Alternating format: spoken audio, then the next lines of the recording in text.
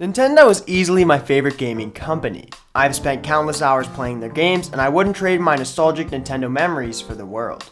But there's no denying that some Nintendo consoles are better than others. Today I'm going to be talking about my favorite Nintendo console, the Gamecube. Now I know what you're thinking.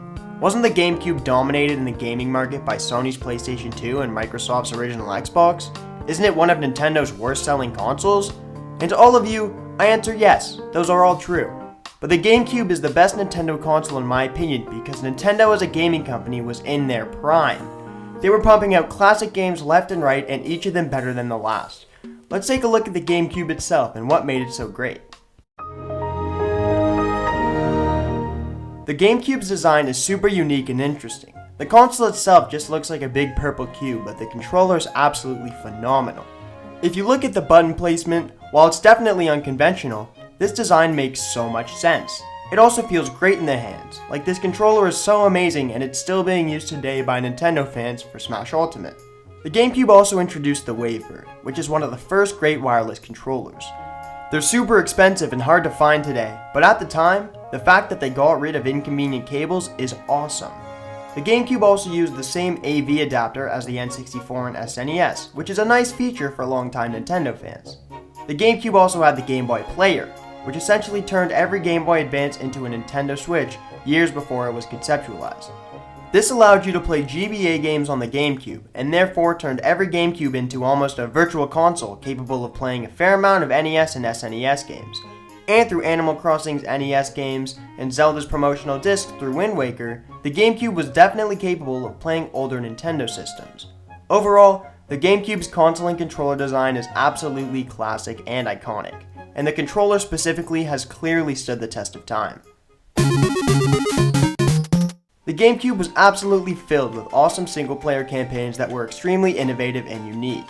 Some of the classics include platformers like Mario Sunshine, puzzle adventure games through the two Zelda games, those being Zelda Twilight Princess and Zelda Wind Waker, first-person shooter adventure games through Metroid Prime, RPGs like Paper Mario The Thousand Year Door, and so many unique experiences like Donkey Kong Jungle Beat with the bongos control scheme, Animal Crossing with its day-to-day check-in and simulation type game, Eternal Darkness with its innovative horror mechanics that messed with the game and your TV, Pikmin with its unique puzzle mechanics, Luigi's Mansion with the twist on Nintendo's classic Mario formula and the unique use of the C-Stick and the ghost-sucking mechanics, Star Fox Assault, Metroid Prime 2, Pikmin 2, Fire Emblem Path of Radiance, Donkey Konga, Pokemon Colosseum, Chibi-Robo, Battalion Wars, WarioWare, and so much more. The variety of different types of games that Nintendo pumped out over the Gamecube's 6-year lifespan was just incredible. The main multiplayer games released by Nintendo included Smash Bros. Melee, which is arguably the greatest fighting game ever created, Mario Kart Double Dash, which is a completely unique twist on the classic Mario Kart formula, F-Zero GX, which is the best F-Zero game by far, Kirby Air Ride, which was super unique, Zelda 4 Swords Adventures, Custom Robo, and that's just getting started. When you count games released by Nintendo but with help from other developers like Next Level Games and Hudson Soft, there's games like Super Mario Strikers, which had a distinct look and smooth soccer gameplay, Mario Power Tennis, Mario Golf Toadstool Tour, and Mario Superstar Baseball, which each added personality and Nintendo charm to sports games. And of course, Mario Party 4, Mario Party 5, Mario Party 6, and Mario Party 7. The fact that Nintendo pumped out 4 Mario Parties in 6 years on top of everything else is just mind-boggling, and these are almost unanimously considered the best games in the series. On top of that, Nintendo teamed up with other developers to add their characters into games like Soul Calibur 2, Dance Dance Revolution, SSX, and NBA Street. The variety of multiplayer experiences capable of being enjoyed on the Gamecube was extensive, to put it lightly. The overall quantity of first-party games produced by Nintendo and the quantity of main Nintendo franchises which received games on the system has been unmatched by any other Nintendo console. One may think that to accommodate this, Nintendo would put out rush games for each of their franchises so they'd all get recognition. But no, some of these games are polished to near perfection.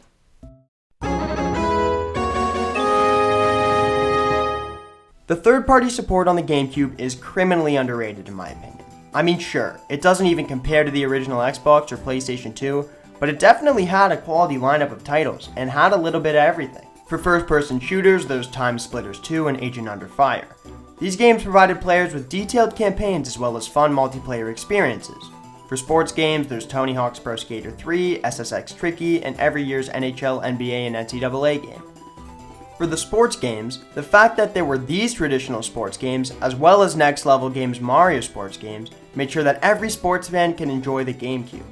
For RPGs, there's Tales of Symphonia, Skies of Arcadia, and Phantasy Star Online, which are a ton of fun even though Phantasy Star doesn't really work anymore. And for stealth games, there's Hitman 2, Metal Gear Solid, The Twin Snakes, and the Splinter Cell series. These gave the GameCube much-needed M-rated games and made it more accessible for older gamers in that generation. For open worlds, there's Spider-Man 2 and Simpsons Hit and Run. A Grand Theft Auto definitely would have been nice, but these games do suffice to some extent. For adventure games, there's Sonic Adventure 2 Battle, Super Monkey Ball, and Beautiful Joe. These games each had a distinct feel and added so much to the GameCube library. For racing games, there's the Burnout series. For horror games, there's Resident Evil 4, Resident Evil 2, Resident Evil 0, and Geist.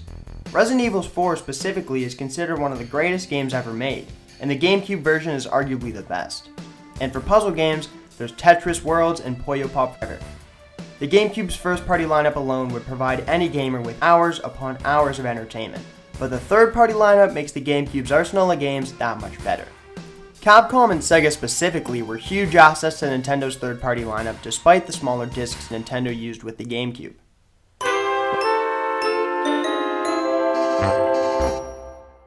When comparing the GameCube to other Nintendo consoles, it never seemed to have a fatal flaw. The NES and SNES didn't have nearly as many franchises as newer consoles. The N64 was new to 3D, so every game looked janky and didn't have a great camera, and the Wii was filled with gimmicky motion controls and missed out on a couple of franchises. But this was the beginning of the end.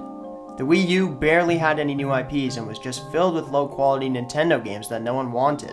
There was mostly just HD versions of Wii games, 3DS games, or even GameCube games. The Wii U really lacked its own identity, and most of the first-party games were either extremely disappointing or not all that interesting. This really made me lose interest in the company in general, and switch to Microsoft and Sony for high-quality gaming entertainment. To be fair, the Switch has definitely been a bright spot for Nintendo, and they're starting to look like their old self again, even though there are a few quirks. But in my opinion, the GameCube will always be Nintendo's best system due to the sheer amount of high-quality first-party titles and franchises which received recognition on the console. In my opinion, Nintendo was at peak creativity and innovation during the GameCube era.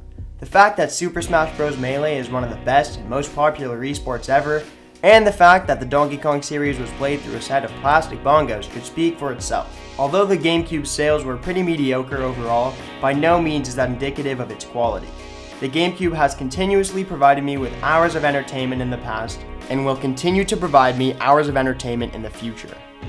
When compared to the Sega Dreamcast, original Xbox, and PlayStation 2, it hasn't aged one bit. Peace.